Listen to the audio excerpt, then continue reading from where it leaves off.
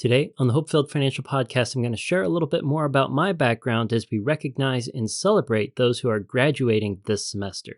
In the last interview that I took with the financial quarterback, Josh Jalinski, it was brought up that I gave the graduating speech for the class of 2018 from Kansas State University. And I think it's due time that I share that here on the HopeFilled Financial Podcast as we look forward to the future.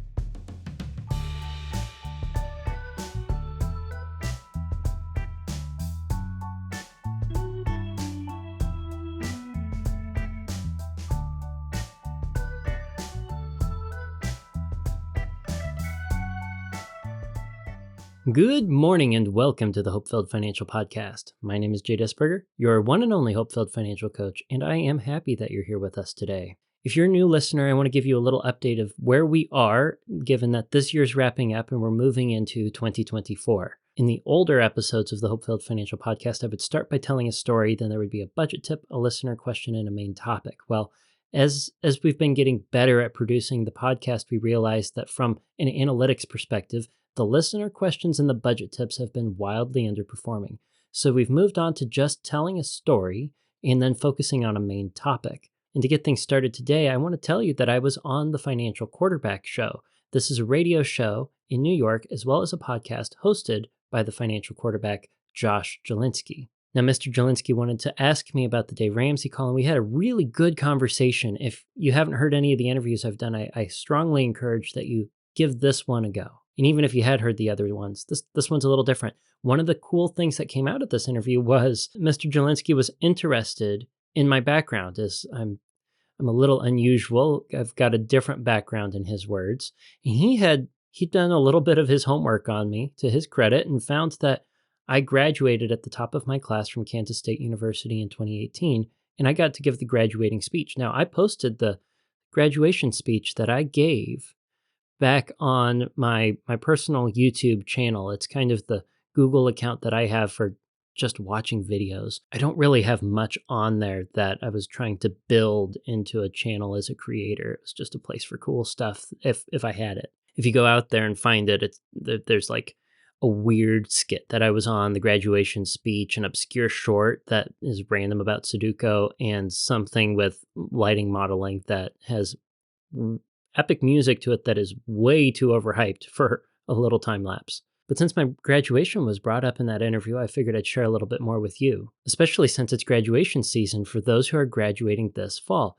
When I was in school, had the goal, I had a few goals. One was to graduate debt-free, and I was able to make that goal become a reality. And I want you to hear that. If you are in school now, or you're raising children who are going to be going to college soon, you need to know that it is still possible to get higher education completely debt-free. Not only did I get a bachelor's, I got a concurrent bachelor's and master's degree debt-free, along with a minor in physics.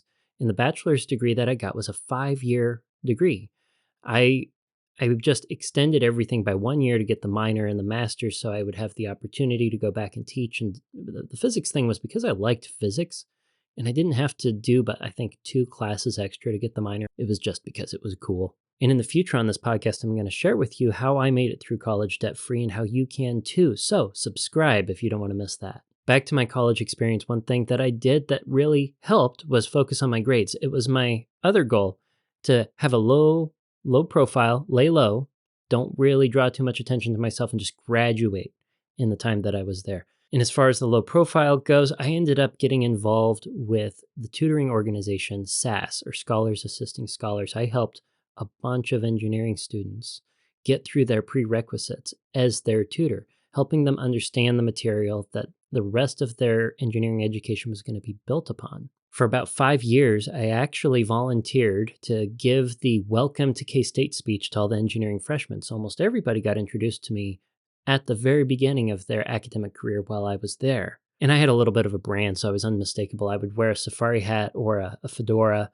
It looked like an Indiana Jones hat most of the time, and I'd have a trench coat. I'd had black gloves, Ray-Ban sunglasses, and at least once a week I would be wearing a bow tie, specifically on Fridays. I called it Bow Tie Friday for some reason. And I became a very popular tutor because I was recognizable, and I did a very good job helping these students with the heart of a teacher and focusing on helping them actually retain and grasp what they were learning, as opposed to simply solving the homework and passing the test so they can move on to the next step. That did the exact opposite of giving me a low profile. I feel like I was somewhat, for some people, the guy to go to. And I was honored to be the person that would be looked up to for academic help. All that to say, I was hanging out in the tutoring center my last academic year, getting ready to graduate. Couldn't believe that my 6-year college career was coming to a close, that I was about ready to move on to the bigger world, get a job, and start earning an income, digging into the financial life that I have now, and actually applying in practice everything that I had learned from Dave Ramsey and those who I respected as my role models on personal finance. And as I was sitting there with my friends, it got brought up that I was doing the graduation speech. I was excited to do it, but a few of my friends said, wouldn't it be funny if you just got up there? You didn't have a plan, you just read a book. You read a children's book. And I said, well, what kind of children's book should I read if I'm going to go up there and take a dare and read a children's book instead of giving a speech? Well, they said, you should go up there, Jay, and read The Cat in the Hat. You're the guy who always wears the hat. The Cat in the Hat's kind of iconic. It would be funny if you got up there and just started reading out of the book. No explanation. You just, The Cat in the Hat by Dr. Seuss. In a sense, that's what I did. That's how I opened up the speech. I was able to tie it into a nice theme, having graduated from Kansas State University, where we are the Wildcats. Now, the focus of the student speech at graduation is to give a challenge to the graduating class, to challenge them to achieve something now that their academic career is over and they're moving on to the bigger world. I wanted to focus on 2 things. 1 was not losing your own story, and then 2, living for family, living for purpose, and recognizing the beauty of that and how the story of living for your family with purpose, answering that calling to serve those who are nearest and dearest to your hearts, the family that you have at your home, the family that you have at work, and the family that you have in your friendships. Serving those in your family or your families is one of the highest callings that I could think of. And that's what I challenged everybody to do. So with that, I want to share this speech with you. Our main topic is basically going to be me giving the graduation speech.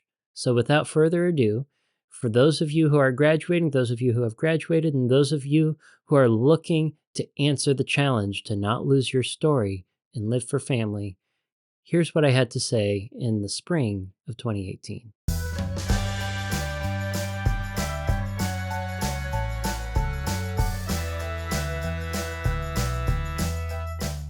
At this time, Jay Disberger, Senior in Architectural Engineering, will present the challenge to the graduating class. Jay?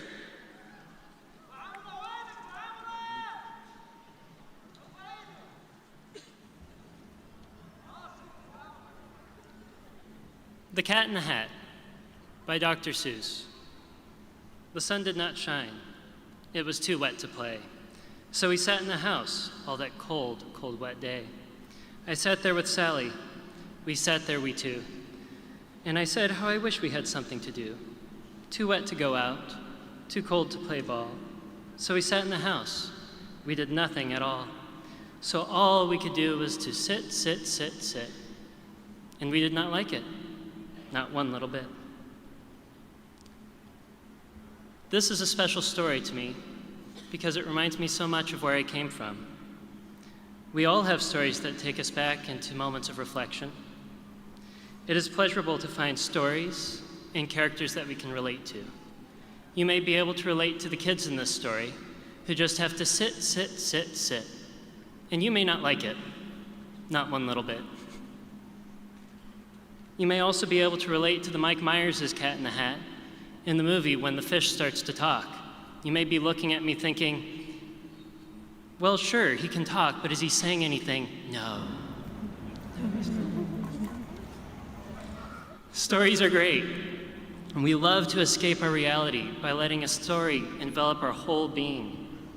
There is something freeing about stories, something beautiful about sharing stories with each other.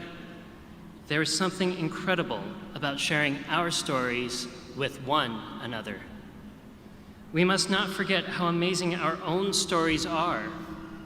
We are living the greatest stories of all time, and my challenge to you is to not ever lose your story.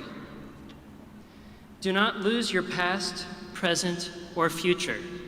I challenge you all, everyone listening, to not lose your story or the zest of life that enables you to be present, joyful, and loving in the face of adversity, challenge, and tragedy.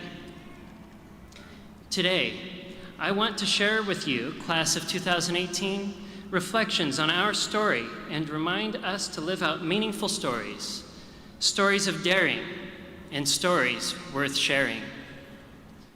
Remember our past. Remember the rush, the new communities. How cool was it to make new friends who you could have never met anywhere else? These initial friendships laid the foundation for connections that can last a lifetime, not just the 4, 5, 6, or how many years it took you to get here.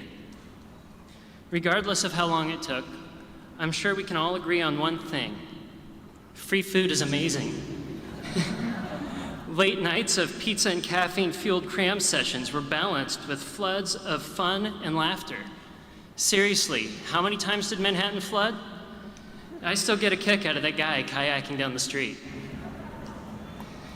The joys and the struggles made up great stories that we can now tell. Together, we made it here, not alone. That was a great big lesson that I learned on my college journey. I was a homeschooled student until I found myself a purple-clad K-State freshman, going everywhere in ankle weights. Going from a class of one to a class of everyone was a huge academic and cultural shock for me. Up until my first week, I had pumped myself up to taking a great new adventure solo. I was going to keep a low profile and graduate in 4 years.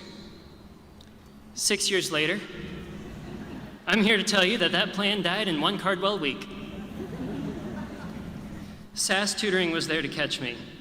Going to tutoring and study groups on a daily basis, I found more than the help I was looking for. I found the purple family that I didn't know that I needed. After the first week, all of you taught me what it means to genuinely be family and share in each other's stories. For example, I have 3 particularly close friends who all have very different stories. The 4 of us studied together all of the time. We kept each other company on the latest of nights. I was the homeschooled kid from Wamego. Jacob will tell you that he was the impossibly humble and brutishly handsome one from Atchison, Kansas. Matthew was the ever-talented violinist and practice room napper from Wichita. And Nora was the unbelievably strong, single Saudi Arabian mother of 2 precious little girls. We were, and still are, a genuine purple family through thick and thin. We inspired one another with our lives, hopes, joys, and challenges. There is no I in scholarly success. Be humble, mighty graduates, for I challenge you not to lose your real stories to pride. Our K-State stories were only made possible by those who supported us. From the professors and the instructors who dedicated their lives to our education, to every loved one who ever unconditionally supported our endeavors, and to the Purple family we ourselves made of and for each other. We all did this together, with one another. We shared our stories and developed a remarkable family bond. And now, we are graduating together. We must not lose the gift of this present chapter. Graduates, I challenge you all now to stand up. Stand up. Look around you. Look at your peers. Soak in this moment. We are cats, wild cats in hats. And we are living a great story here together. Look at those who are here to celebrate and support your glorious achievements. Families and friends, make some noise for the class of 2018. Show them that they are loved. Louder, pour out your hearts in celebration. This is graduation. Graduates, this is your time. This is now. Celebrate and feel in this present moment. Okay, now sit, sit, sit, sit. Never let it be said that your graduation was not moving. This is our time. This is our place. This is the beginning of the next great race. How incredible will our collective lives be as fellow souls with a common bond? I dare you not to forget your stomping grounds, but most of all, don't forget why you are who you will be. What do we stand for? What is our purpose? What story do you want to write for your future? As people, we have so much worth. Today, do you not see how much you are loved and valued? Never forget that. You can take who you are as the problem solvers of this world and have the most magnificent careers, yes. But that is not all. That is not what the stories of K-State graduates should all be about. The best stories are those that help others in reverent, loving, and unconditional service. We here at K-State value family above all else. Family is who we are, and living for one another is what a family does. What better way to show the world that you live, drink, breathe, and bleed purple than to live for your family? Live for your home family. Live for your work family. Live for your family of friends. And live for your family from Wildcat Land. Live out of love and hope. Do not let fear rob you of your future. Do not let false evidence appearing real steal your story or your purpose. Do not be a fish in a teapot denying your calling to live. Be the cat in the hat that you are. I challenge you to a greater story than that of success or changing the world. I challenge you, class of 2018, to never lose your own stories of love and family. Go and make your purple Wildcat family proud. That is it. That is that. Said this cat in the hat. Thank you, and congratulations. J. Alexander Disberger, summa cum laude.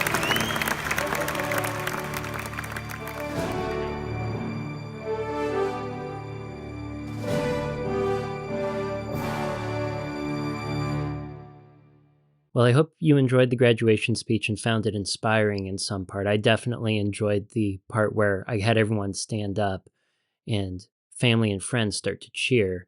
I think if you go back, the dean who's sitting back behind me starts to look like he's getting out of the chair to come up and get me to calm down before I start a riot. But if there was any part of the speech that really got you excited, something that struck a chord with you, something that you found inspiring, I'd love to hear about it in the comments, especially if it helps me provide better content for you that is more inspiring and hope-filled. I think that's going to do it for us today. So until next week, until next Tuesday, budget bravely and enjoy your hope-filled financial future.